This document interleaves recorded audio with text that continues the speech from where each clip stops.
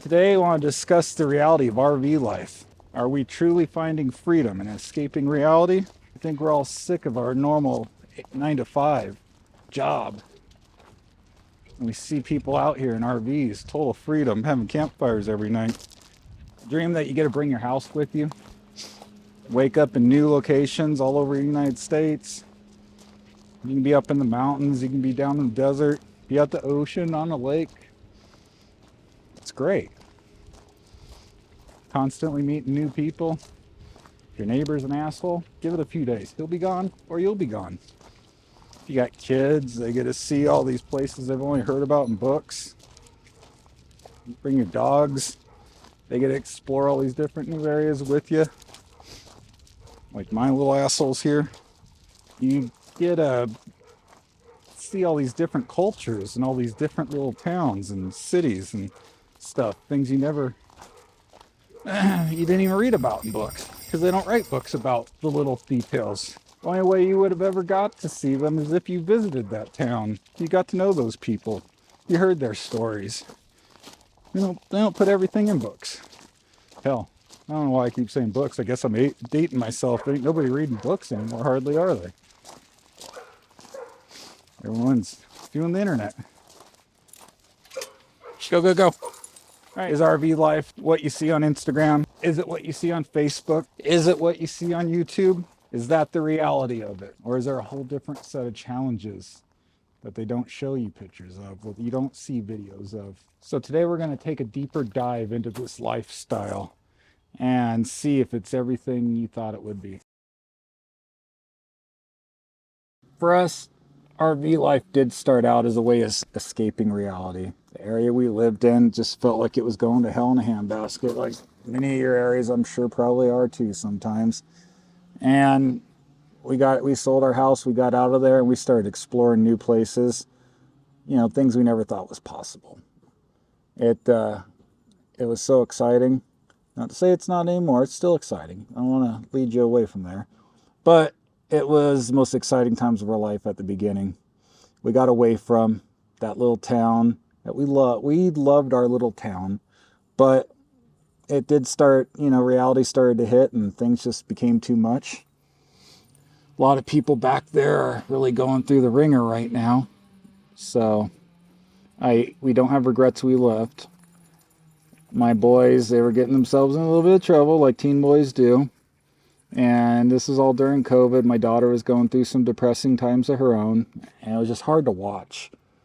So when we all got into that RV for the first time, went up top of the mountain, stayed at a little campground, which let me tell you, that was a whole drama in itself. I don't know if I made a video about that, but I might have to.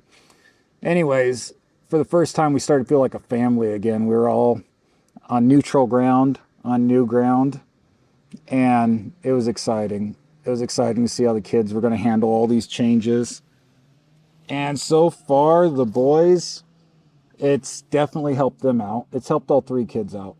One of my boys lives up in Conrad, the first place we stopped at up in Montana, and it got him away from all the drama back in California that he was dealing in.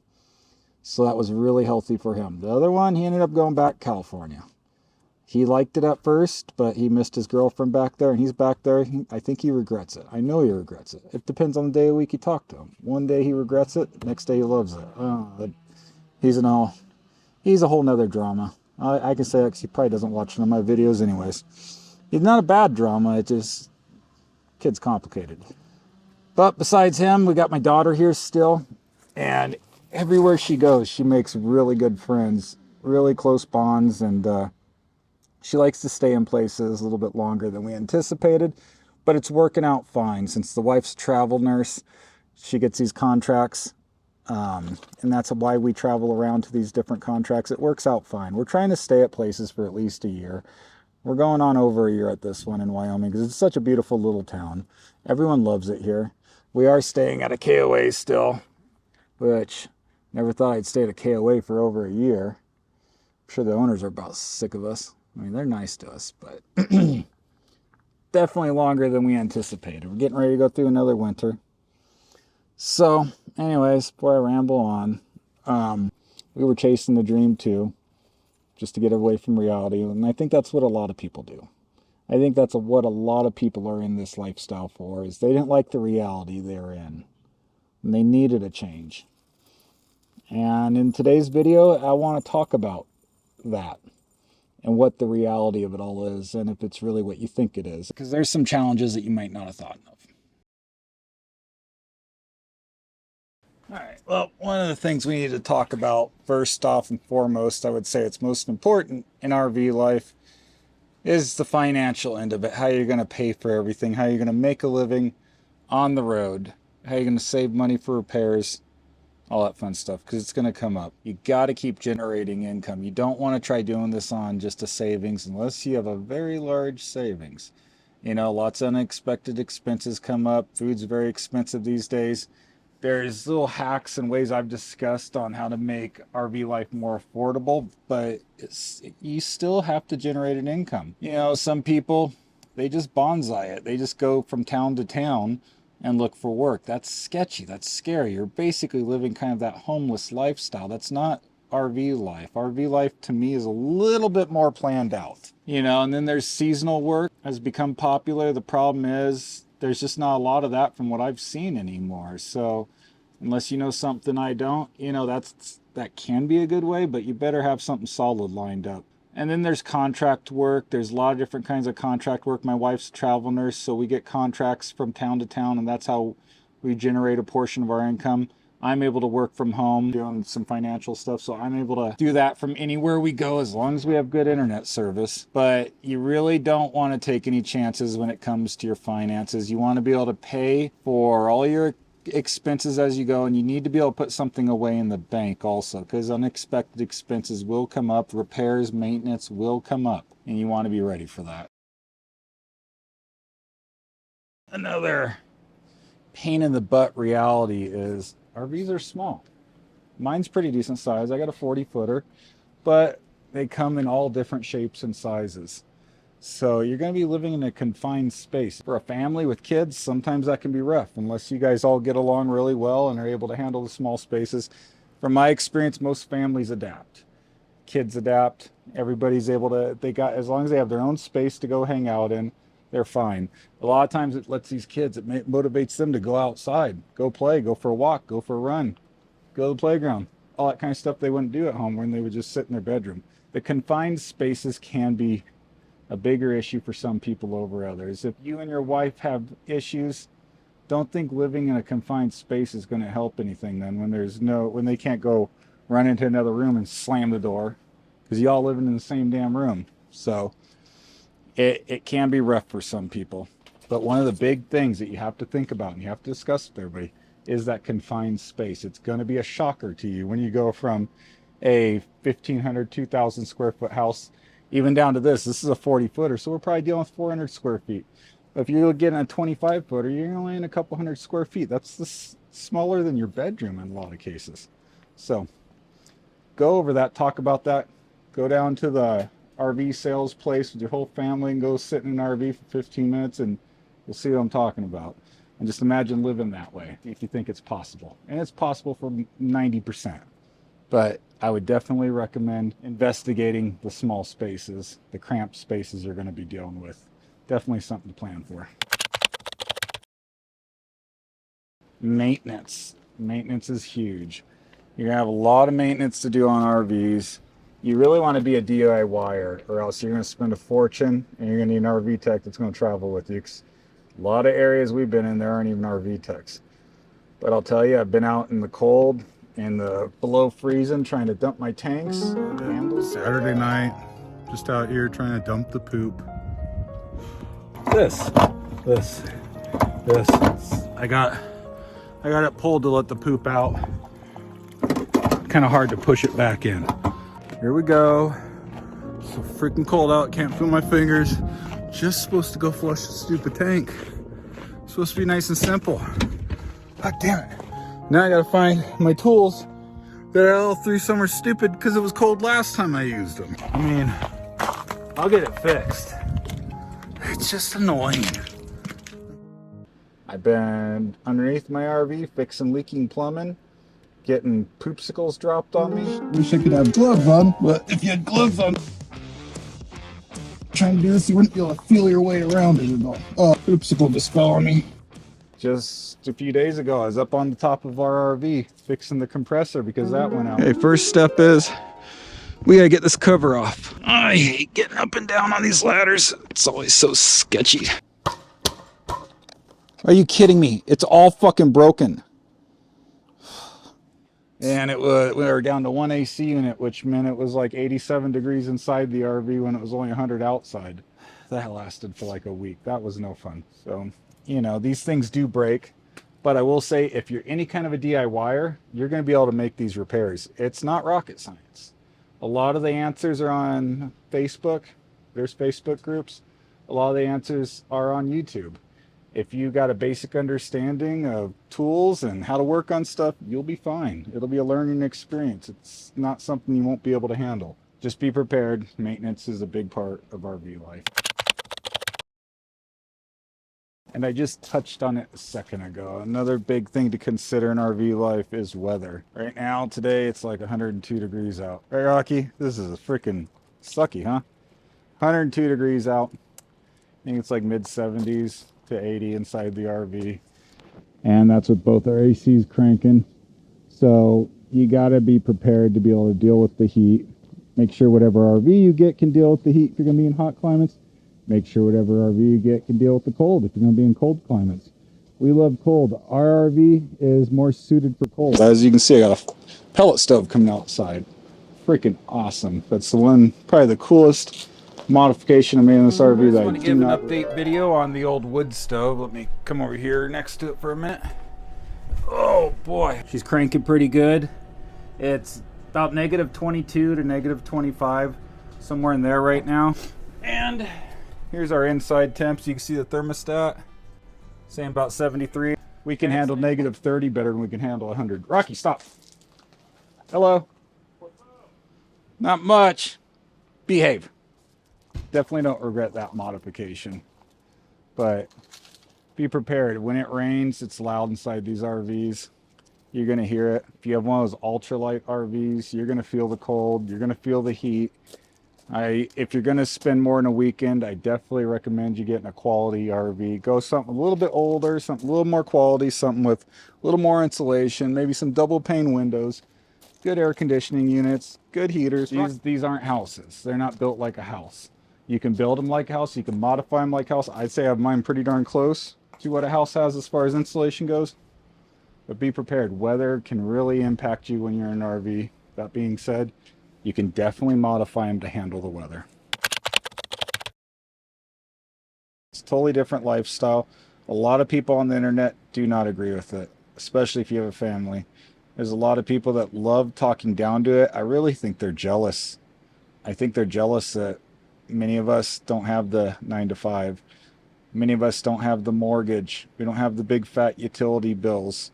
We don't have the big fire insurance, hurricane insurance, flood insurance, whatever.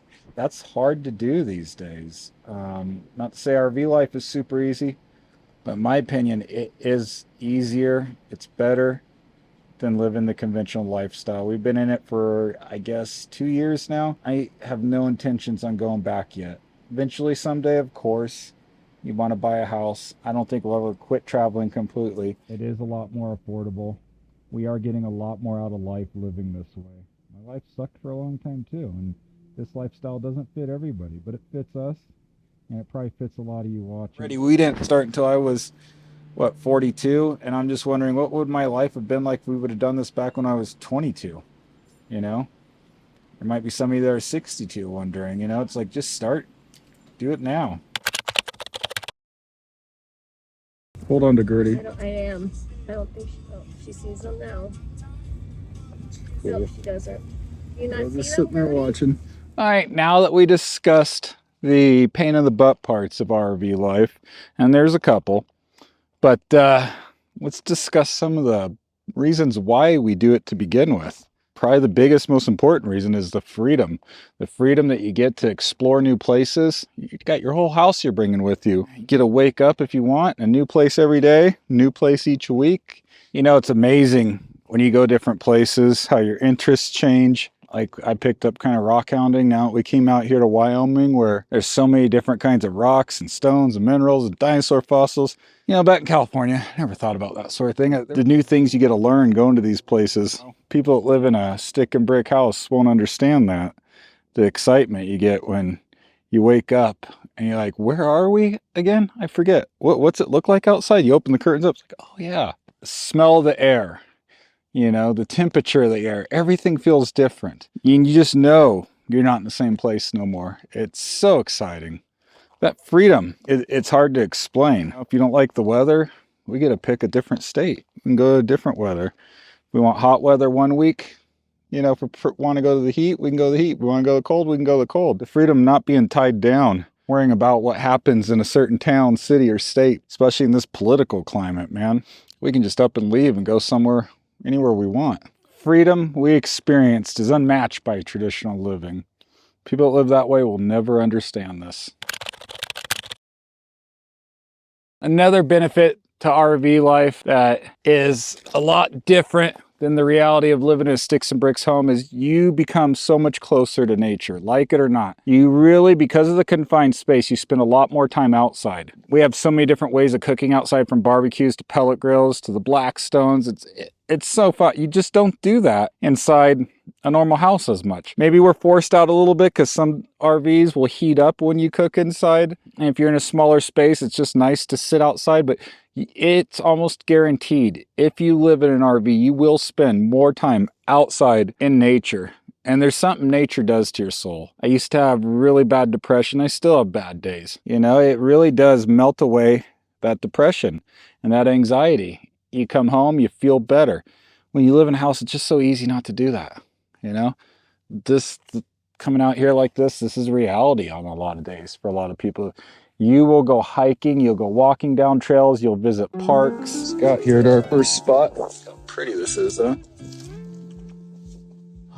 Those are the bighorns out there. You know, you're gonna do a lot of things you wouldn't have done if you lived in your normal neighborhood back in your town. Now you stay stuck in your rut. And the one thing the RV life does is it breaks that rut for you. And a lot of new things become possibilities. And one of the biggest ones is nature, coming out here and seeing all this. The smell of fresh air, just explore. Look at my current view. Whoa, right now. Let's try not to die during this, but whoa. We're going down to explore this cave down here. I mean, for me at least, stuff like this didn't happen very often when I lived in a normal house. I mean, who knows the last time a human was even here. So, look at these.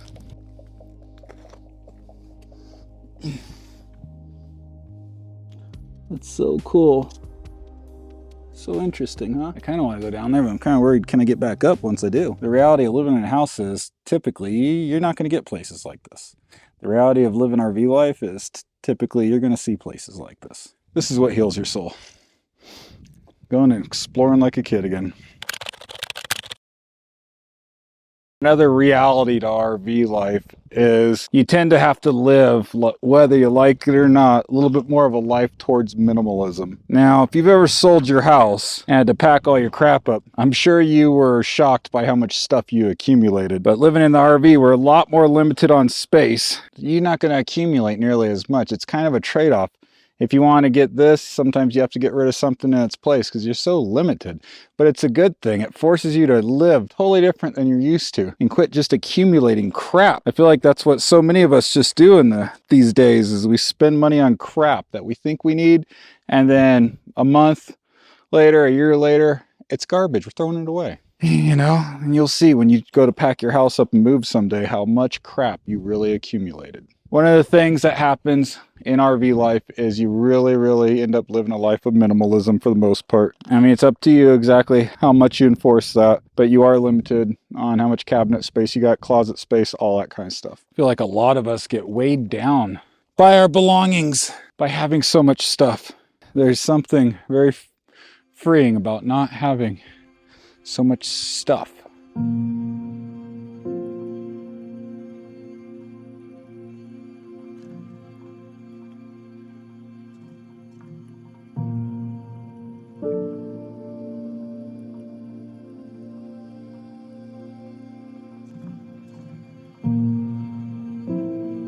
find me?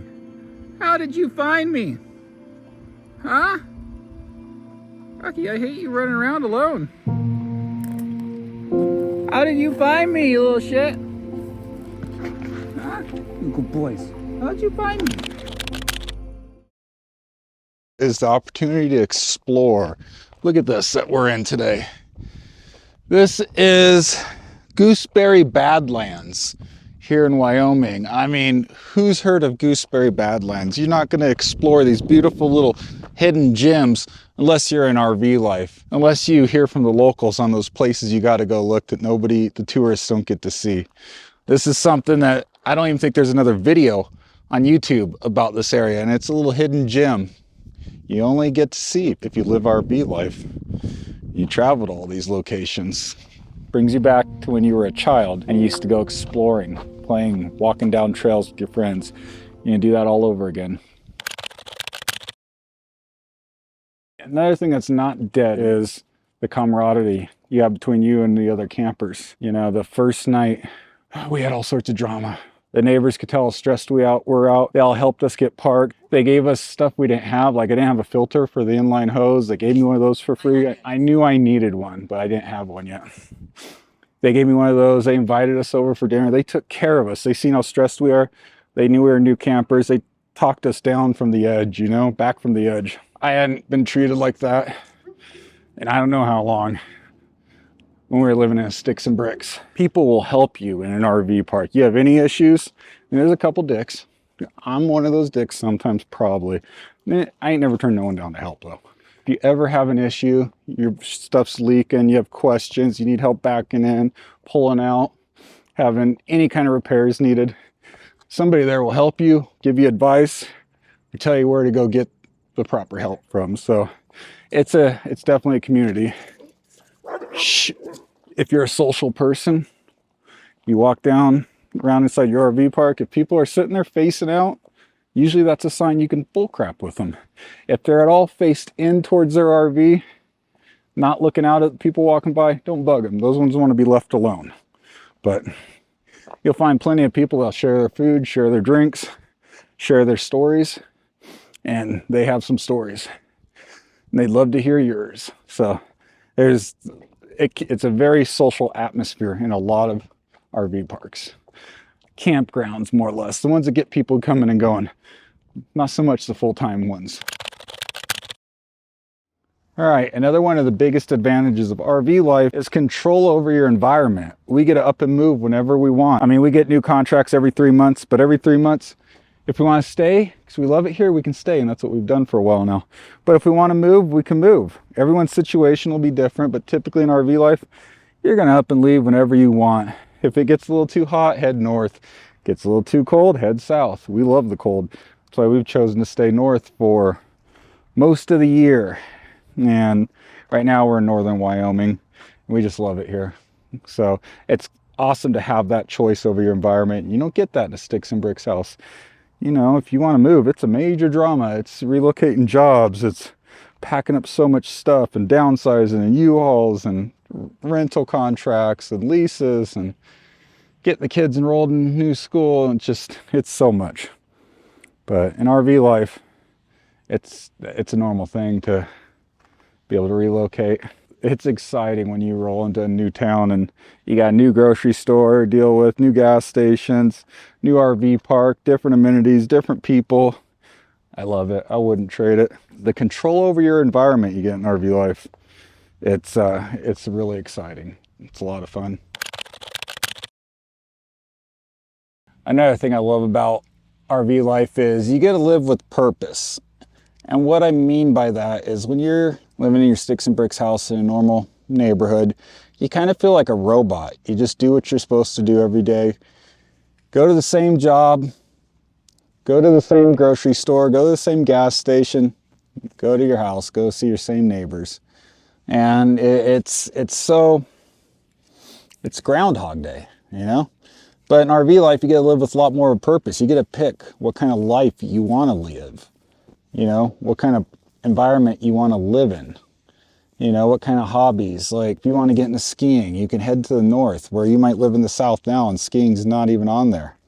Or maybe you want to explore the deserts, but right now you live in Washington. Now we're doing things we've never done before. You know, we're out rockhounding on the Graybull River. Right. Well, I really appreciate watching. If you've watched up until now, you're awesome. I appreciate that. Anyways, I hope I showed both sides, the pros, the cons. Are we living reality in RV life? Are we getting away with some stuff? My opinion is, and it's just my opinion, everybody's situation could be different. I feel like we've escaped a lot of the crappy sides of reality. We've been able to weasel our way out of them in RV life. There's definitely cons, I mentioned them, but I do think the pros outweigh it. We love it. It works for us. It won't work for everybody, but I think a lot of people, if you're thinking about it, good chance it will work for you. Appreciate you watching. If you could like, maybe subscribe. I'm gonna have a lot of winter RVing tips coming up. I'll see you in the next video. Bye.